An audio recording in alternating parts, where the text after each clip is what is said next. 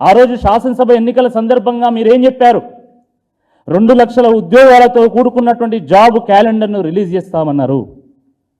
కానీ ఈరోజు ఏం జరుగుతున్నది? ఎన్నికల సన్నాహక సమావేశం, ఎన్నికలు, దాని తర్వాత పదవుల పంపకాలు, పార్టీల పంచాయతీలు, పిఆర్ స్టంట్లు, రాజకీయ ప్రత్యర్థుల మీద దాడులకు ప్రణాళికలు, ఈ రకంగా మళ్ళీ ఛానళ్లకు వార్తలు వర్ధించడానికి స్క్రిప్టులు రెడీ చేయడం, ఇదే జాబ్ క్యాలెండర్ అని పాపం ముఖ్యమంత్రి రేవంత్ రెడ్డి గారు భావిస్తున్నట్టున్నది. ఆయనకి ఇదే జాబ్ క్యాలెండర్ అయిపోయింది. అసలు నిజంగా నిరుద్యోగ యువత కోసం ప్రామిస్ చేసినటువంటి జాబ్ క్యాలెండర్ ఎక్కడికి పోయింది?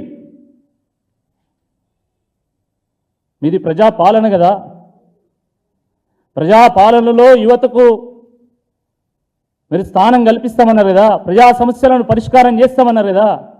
కానీ ఈరోజు ఈ నిరుద్యోగ యువతకు మీ ప్రజాపాలనలో స్థానం లేదా అని అడుగుతా ఉన్నాము. జాబ్ క్యాలెండర్ని ఎందుకు రిలీజ్ చేయలేదని చెప్పి ఈ సందర్భంగా ప్రశ్నిస్తూ ఉన్నాం. గ్రూప్ 1 సంబంధించి ఆ రోజు సిఎల్పి లీడర్గా ఉన్నటువంటి బట్టి విక్రమార్క గారు ఏం చెప్పారు? ప్రిలిమ్స్ నుండి మెయిన్స్కి 1:100 పిలవాలి. చాలామంది నిరుద్యోగ యువత గ్రూప్ 1 కోసం వాళ్ళు ఏళ్ళ నుండి ప్రిపేర్ అవుతున్నారు కాబట్టి ఇప్పుడు ఒక అవకాశం వచ్చినప్పుడు ఎంత ఎక్కువ మంది వీలైతే అంత ఎక్కువ మందిని మనం మెయిన్స్కి తీసుకోవాలని చెప్పేసి వారు విజ్ఞప్తి చేశారు. అది సహేతుకమైనటువంటి ఒక డిమాండ్. కానీ ఈరోజు 6 నెలల తర్వాత కాంగ్రెస్ పార్టీ ప్లేటు ఫిరాయించినటువంటి తీరును ఒకసారి మీరు గమనించాలి. ఈరోజు ఇదే బీఆర్ఎస్ పార్టీ నాయకులు హరీష్ రావు గారు మొన్న 1:100 పిలవాలి, ఆ నిరుద్యోగ యువతకు న్యాయం చేయాలని వారు డిమాండ్ చేస్తే వారి మీద ఇష్టం వచ్చినట్టుగా మాట్లాడుతూ ఉన్నారు.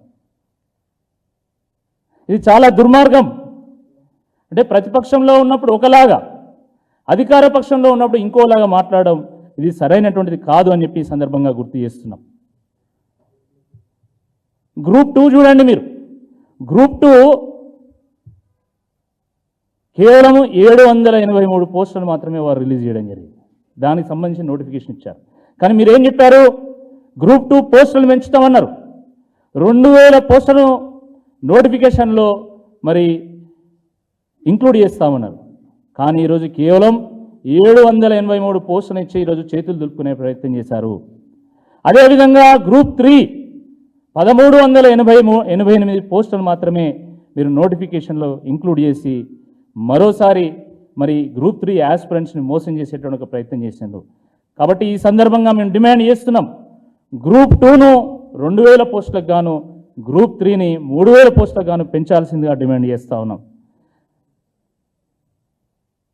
బీఆర్ఎస్ ప్రభుత్వము ఉద్యోగాలు ఇవ్వలేదని చెప్పి మీరు ఊరూరు చాటింపేసి మరి యువతనంతా కూడా ఏకం చేసి మీరు అధికారంలోకి వచ్చారు. సరే, బీఆర్ఎస్ ప్రభుత్వం 2 లక్షల ఉద్యోగాలు ఇచ్చింది, కానీ చెప్పుకోవడంలో విఫలమైంది.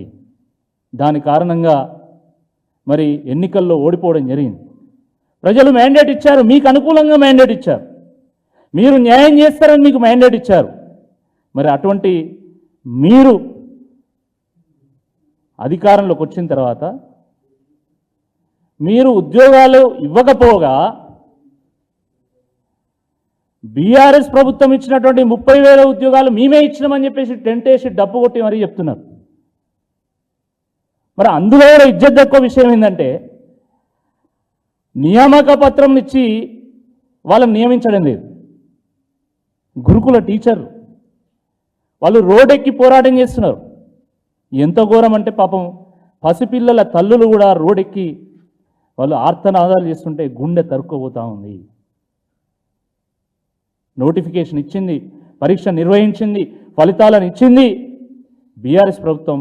మీరు కేవలం నియామకాలు మాత్రమే చేయాలి, నియామకం పత్రం ఇచ్చి వాళ్ళను ఆఫీసులకు వెళ్ళి వాళ్ళ సీట్లో వాళ్ళను కూర్చోబెట్టాలి.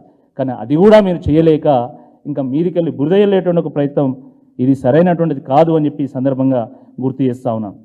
అదేవిధంగా మెగా డిఎస్సి మీరు ఆ రోజు ఎన్నికల సందర్భంగా ఏం చెప్పారు?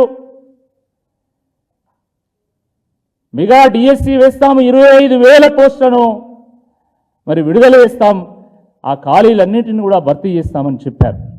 కానీ తీరా చూస్తే కేవలం 11,062 పోస్టులను ఇచ్చి ఈరోజు చేతులు దులుపుకునేటువంటి ఒక ప్రయత్నం చేశారు.